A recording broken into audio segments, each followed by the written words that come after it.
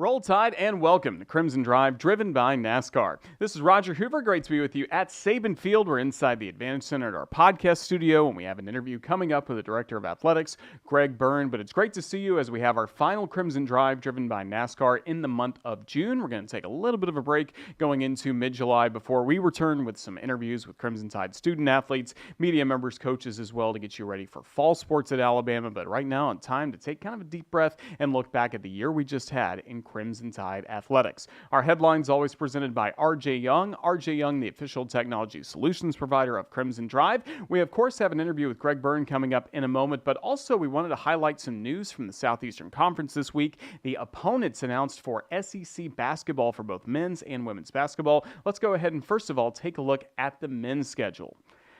Coming up for men's basketball at home, some fun matchups with, of course, the Auburn Tigers in a home-and-home matchup. Also, Tennessee, Mississippi State will be some home-and-home matchups, both in Tuscaloosa and on the road this season. But some other notable teams making their way to Coleman Coliseum this year: Kentucky, along with Missouri, South Carolina, Texas, and Texas A&M. Then, if you'd like to follow the Crimson Tide on the road, in addition to Auburn, Mississippi State, and Tennessee, Oklahoma, Ole Miss, Georgia, LSU, Vanderbilt. Not too far of a trip at all if you want to go watch the Crimson Tide play in Nashville. And then also Alabama will go on the road to the defending national champion Florida Gators coming up as well. So it's a busy time for men's basketball. That's a look at the opponent breakdown in men's basketball. Then over to the women's side, the Crimson Tide, also a home and home, coming up with South Carolina after another great year for the Gamecocks. But good to have them back in Tuscaloosa. Alabama will also be getting ready for matchups at home against Arkansas, Kentucky, Mississippi State, and Oklahoma, Tennessee, and Texas. And then on the road trips as well, to Gainesville, to Athens, Georgia, LSU, Vanderbilt, A&M as well. So it's going to be a busy time coming up. Once we get to 2026, hard to believe that basketball season is really just around the corner, along with everything else at Alabama. Taking a look at Crimson Tide athletics, so much is changing when it comes to college sports at the moment, so this is the perfect time to visit with the Director of Athletics, Greg Byrne, as we always visit with him around this time of the year to get his thoughts on what we've seen from this past year of Alabama athletics, plus tell us about the new landscape, especially with that House versus NCAA settlement. Here to break it all down, the Director of Athletics, Greg Byrne. Roll Tide and welcome to Crimson Drive, driven by NASCAR. Coming to you from inside the Advantage Center at Saban Field at Bryant-Denny Stadium. I'm Roger Hoover. Now, please be joined by the Director of Athletics for the University of Alabama, Greg Byrne. And Greg, Roll Tide, can you believe another athletic year is coming on? I know. Roll Tide indeed. It's good to be back in town. Kind of been all over the place this spring, but it's been a lot of highlights for this year, and obviously something and things to build on for the future as well. And we saw a few more championships added for Alabama even just this past week. We did. I was out at track, and Doris and Sammy in track both won individual national championships. Sammy in the 400 and Doris in the 3,000 steeplechase. She's going to potentially go down as one of our most decorated athletes of all time here at the University of Alabama. She's incredible. Broke her own NCAA record by 8 seconds, which some say may have been one of the best distance runs in NCAA history. So that was cool to be there and witness that. Caitlin, in the decathlon, came out and did a great job there. So exciting to see the performance of a young men and women track.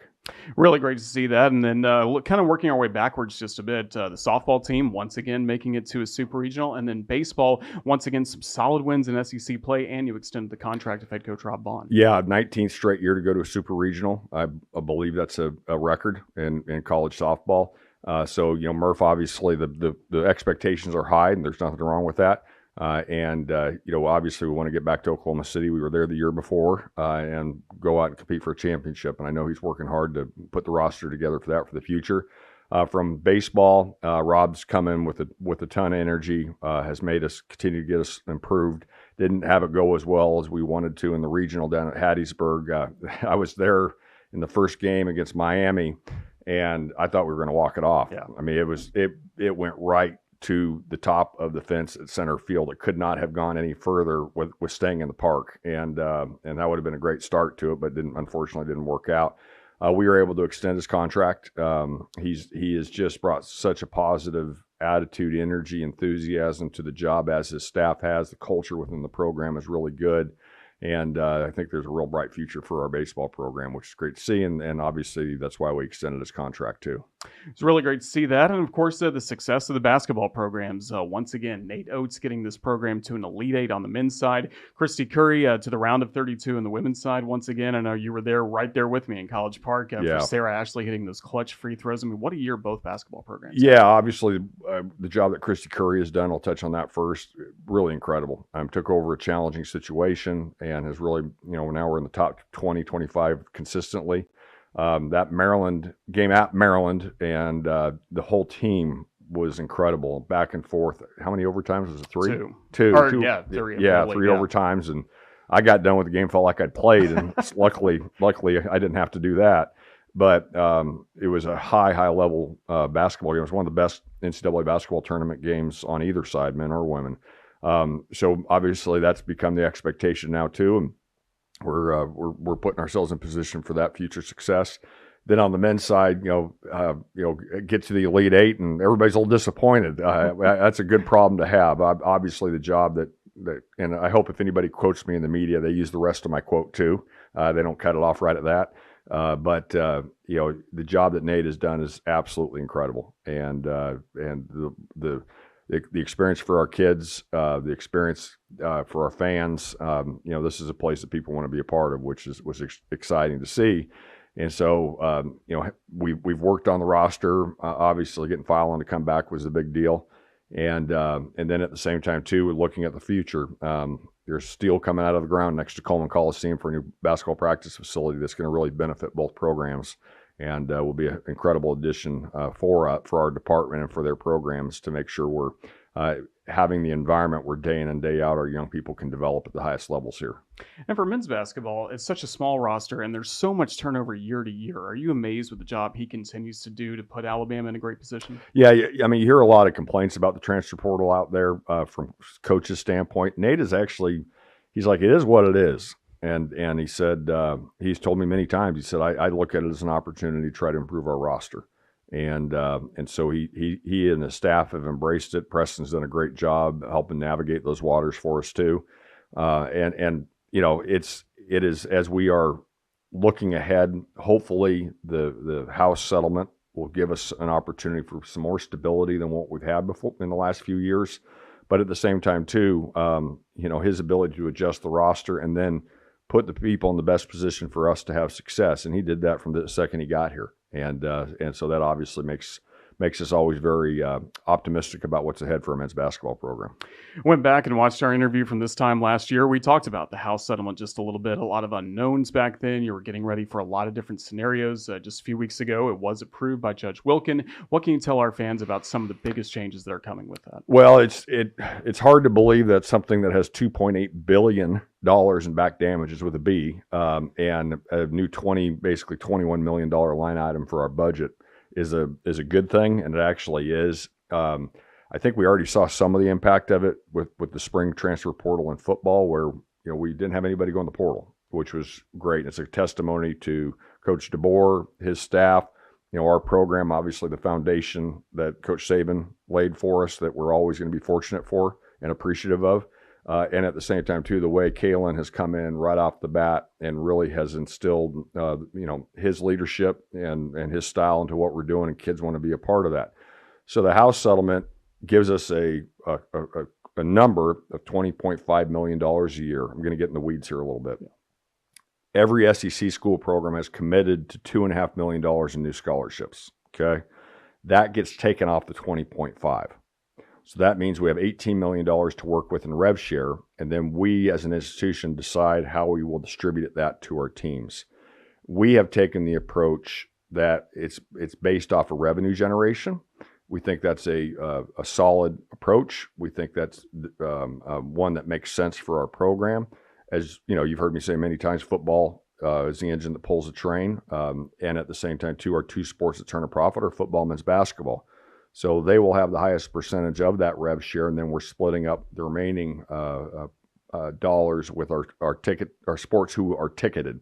So there's 4 other sports that are ticketed: softball, baseball, gymnastics, and then with women's basketball and football, I think that gets to 6, if I'm not mistaken. Those are the 6 sports that will have some type of rev share out there. I've heard all over the yard how schools are doing it, and how many sports. I know one that we compete against all the time is only doing 3 sports. I know that some schools are doing a little bit for everything. I'm not sure how much of a difference that will make at the end of the day when you just carve off a small sliver for a sport. But we have a plan, and I've told our coaches in this, it's fluid. We're doing the very best we can to make the decisions that we are with the information that we have right now. But I will personally feel, and I think our department and leadership, and we've had incredible leadership from President Bell, our trustees, to navigate these waters. We haven't done it in a vacuum, just where me sitting at my desk and saying, hey, this is what we're going to do. It's been a collective effort. And I do think we put ourselves in a good position, not only for the individual sports, but for us as a department as a whole, to make sure we're staying healthy long term. One of the things I have been watching some of and paying attention to what else is going on out there outside of Alabama. We have tried to look at it not only as a short-term decision, but also a long-term. And the financial impacts of this are significant. And so we've tried to be very transparent with our coaches and our staff, telling them, maybe talking to them in a more direct way than we ever have before about people's P&L, profit and loss statement, and showing them where we are as a program. Included assistant coaches in that, the training room, strength and conditioning, and things like that. And I've said, every one of your programs is important. We care about every one of your programs. But sometimes in the past where they've heard me say, hey, you got to watch the dollars and cents, it probably hasn't resonated as well as we need it to. So we're being more realistic with that. Now, with that said, we're fortunate. We are a program that is in much better shape than 99% of other programs out there. And what we want to do is make sure we can still say that 3, 5, 8, and 10 years down the road, not just today, and trying to find that right balance. But as I said, it is fluid, and we're going to do our very best to navigate these waters and put our entire athletic department in the best possible position, and at the same time to create a system we think is fair based off of the revenue that's generated by the programs. With that said as well, what's the new role of Yay Alabama? Yeah, so Yay Alabama, we stopped calling it a collective a few years ago, and our long-term strategy, which I think is working well. It's in its infancy still, right? But we wanted to create a content and marketing site to where our fans see that there's value for being a part of it. And so what our strengths are, maybe our strength isn't necessarily we've got 1,000 people that can write $1 million check. Okay, that may not be our strength, although we have a lot of very generous donors. So please understand that. Our strength is our width, and that we have hundreds of thousands of millions of fans, and that the reality is, as young men and young women choose where they want to go to school, and they see the strength of the Alabama brand, and that they can come here and say, I've got a stage here like none other. And then if Yay Alabama is one that our fan base is engaged with, as we are navigating the new fair market value, range of compensation are 2 buzzwords within NIL and what that looks like, to where you say, okay, Roger Hoover, he's on our baseball team. He's got 10,000 followers on Instagram. He's got, Snapchat of so many thousands of followers. Plus, coupling that with Yay Alabama and the brand of the University of Alabama, there can be good, legitimate NIL opportunities that pass the smell test that people will say, yeah, that makes sense. I'm glad our young men and young women have those opportunities. And so we're trying, Yay Alabama is an incredible tool to put us in position long-term for our student athletes to capitalize on the brand of Alabama, partnering that with their brand as an individual, and then with our different teams as well. So it's a small staff, and so ramping up and where we spend our time for best return on investment, but it's already making a lot of headway. We have national media now quoting Yay Alabama. When Phylon came back, we announced that through Yay Alabama. With Grubb, when we hired him, announced that through Yay Alabama. And I'll give the national media and local media too a lot of credit, because they started saying Yay Alabama broke this news. So we want our fans to feel like there's inside content. One of the things they absolutely love is when you see a coach break down film We actually were having some discussions earlier today about ideas to not only have the coach break down film, but have the student athletes help in that process and talk about the experience of a play in whatever sport it is. That's behind the curtain that people don't normally get. We'll try to continue to have exclusive content through there that people will say, hey, this is pretty cool. I know you're always proud of your staff. I've been to some of the all-staff meetings you have in athletics, but especially everyone that really helped you get organized for what post-house settlement, what NIL is going to look like in the future. Some schools may be waffling or trying to figure out a strategy right now, but you've seemed pretty confident in the strategy that's been formed. Just how proud are you of the staff to get to this point? I mean, heck, it doesn't take long to figure out that it's not hard for me to hire people that are smarter than me. And that's one of the things I've tried to focus on when we hire people. And right now, for instance, we're trying to reduce staff where we can. We're down about 14 positions as a department. And so you want to make sure, as I tell our staff, I don't say it's my staff, it's our staff. We work together. Now the buck stops somewhere. I understand that. But you want to hire people who are committed to student athletes and here to serve them, here to serve our university, and here to serve our fans. Those are the three things that we have to have. In order for all this to work. And we've got really good, humble people in their positions. I look for that in head coaches too. When we hire head coaches, I want people who are confident in their abilities as a coach, but also have a level of humility in their approach to it that I think a young man or young woman and their families will say, hey, that's somebody I can identify with. That's somebody that I would want my son or daughter to be coached by. And so we've got a lot of good people on our staff, both our coaches and our staff. And we spent a lot of time leading up to the House settlement working on this. We started talking to our coaches about it 2.5 years ago or so, and I've said this publicly. I did an interview with Dan Wetzel the other day from ESPN, and I told him, I said, this is my opinion. I think in the history of college sports, the three most significant things was the start of the NCAA. Teddy Roosevelt was the president. President Roosevelt. People were dying playing football.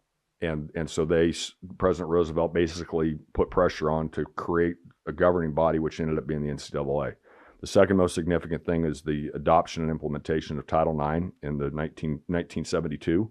And then, and that obviously that evolution over to where the opportunities and the level of excitement for women's sports is at an all-time high, which is wonderful. And then the third thing is the House settlement. I think those are the three most significant things in the history of college sports. And that third thing, the House settlement, it's amazing how many people still really don't know a whole lot about it. And so we've tried early on to educate our staff, and we've done our best to try to educate our fan base too. I know that's not quite as sexy and as entertaining as a ball game as it shouldn't be. But I do think the impact that it makes on what we're doing, it was important to try to communicate about it. Speaking of hiring good coaches, tell us about the new leader of the rowing program. He just wrapped up a coaching search. Yeah, Kamari Lewis, we just hired her. She was an assistant coach at Penn. She's energetic. She had a really good plan, great history. She rowed in college, then has been coaching, coming up through the club ranks to being, at University of Pennsylvania. And their program in the Ivy League is a really good rowing league. Besides, I think they do some academics too there. They have, when they took it over at Penn, it was, struggling a little bit, and they've really had great growth as a program. And so we really thought she was somebody that was on her way up in the coaching profession, and excited to have her and her family here, being part of the University of Alabama. Speaking of the University of Alabama, leadership change. Dr. Bell retiring, and now Dr. Peter Millar also just announced this week. Moeller. Yes, yeah, there we go. That's not the clothing. Like the shirt. Yeah, exactly. Dr. Moeller coming into the University of Alabama. Have you gotten a chance to interact with him much? I know you're also very appreciative for everything Dr. Bell's done. Yeah, first with Dr. Bell, he's been a great president and very supportive of our athletic department. Just a selfless leader, really low ego, worked his tail off. He and Susan both gave everything they had to the University of Alabama, so we will miss them. And at the same time, too, Dr. Moeller, he told me to call him Peter. I said I didn't even say his name when he said it, because I Zoomed with him yesterday morning. I was actually in the Portland, Oregon airport, coming back from a meeting out at Nike, and so we met via Zoom yesterday. And I said, Dr. Moeller, I grew up on university campuses. If I would have called the president by their first name, my parents would have slapped me back upside the head. Now, not literally, but I would have gotten the wrath if I would have called the president by the first name. I said, so that's still ingrained in me. And when I'm 53 years old, and he said, no, it's what you have to do. So I said, I'll work on it. I was really impressed by him. Gene Smith, the longtime AD at Ohio State, a longtime friend of mine. Ross Bjork, who's now the AD at Ohio State, both of them within an hour communicated to me about him, saying, you and your athletic department and the university and community will love him. And I spent about a half hour with him yesterday. Couldn't have been more impressed. He certainly understands and appreciates the importance of what athletics is at our university. And at the same time too, he's got an incredible academic background that I think the faculty will very much appreciate and will have a great impact on what we're able to do for our student body as well. So excited to see his leadership and looking forward to working with him, and we'll do everything we can to support him in his role. We're excited that fall sports are just around the corner. Football specifically, what has you most excited about football season? Well, interesting line to say, but like what I mentioned earlier, we were the only SEC program that didn't have anybody go in the transfer portal in the spring. My office overlooks our practice fields, and so I can be on a call, I could be in a meeting, I can have a quick break and jump outside and look. The kids are doing really well, and then I work out in the morning in the weight room, and it's early, and that's when our workouts start. You talk to Dave Ballou, our strength coach, guys aren't late for anything at all, which I don't care where you are, who your coach is, sometimes somebody will have something, right? And the energy that they are bringing each and every day, I'm really pleased with. And so I like the confidence that I'm seeing from being around our team. And so I think there's an opportunity to go out, and obviously we got our hands full with our very first game at Florida State to start the year. Got a very challenging schedule across the entire year, but I'm really excited to see what will come out of our football program in year 2 with Coach DeBoer, and it's been great to see the staff working so well together. We got official visits now in June, and I've been meeting with a lot of the recruits, and we'll be at their breakfast on Friday this week, and it's really good. People are excited about the future of Alabama football. It's just around the corner. Well, Greg, we know you're very busy this time of the year. Just thank you for the time you've given us here on the Crimson Tide Sports Network. Look forward to catching up with you again in the future, but enjoy what's coming up this summer, as much of a deep breath as you can take, and we look forward to catching up with you. I appreciate it. We appreciate all of our fans, the support they continue to give us. I know when we go down to Tallahassee, I know it's an afternoon kick down there, so it may be a little warm, but I know we'll be there in force, and we just really do appreciate each and every one of you. Appreciate Greg and his time. Again, a busy time for him as he continues to lead this Alabama athletics program. Hopefully a little bit of a deep breath coming up over the summer months, and then we're going to be right at it in the fall, getting ready for Alabama athletics in 2025 and 2026. Speaking of taking a deep breath, we're going to do that as well here on this show, Crimson Drive, driven by NASCAR. We will return with new episodes coming up Thursdays at 2 o'clock, coming up in mid-July, specifically taking a look at SEC Media Days and some of the appearances by Kalen DeBoer, student athletes, football players at SEC Media Days in Atlanta. We'll be keeping an eye on that, plus getting ready for what's going to be a quick start for Alabama soccer and especially volleyball coming up in the fall. But really appreciate our entire staff making this show possible, specifically Lexi Graber, Cole Price here leading the Advantage Center, and securing a lot of the student athlete interviews we've had over the last few weeks. We appreciate Ethan Carabin, our video producer, putting this entire show together, as well as all of our booth cams and everything that's coming up on our social media platforms over the summer. Great work by Ethan, and we especially appreciate the time of Greg Byrne sitting down with us during a very busy week to discuss the new landscape of college sports.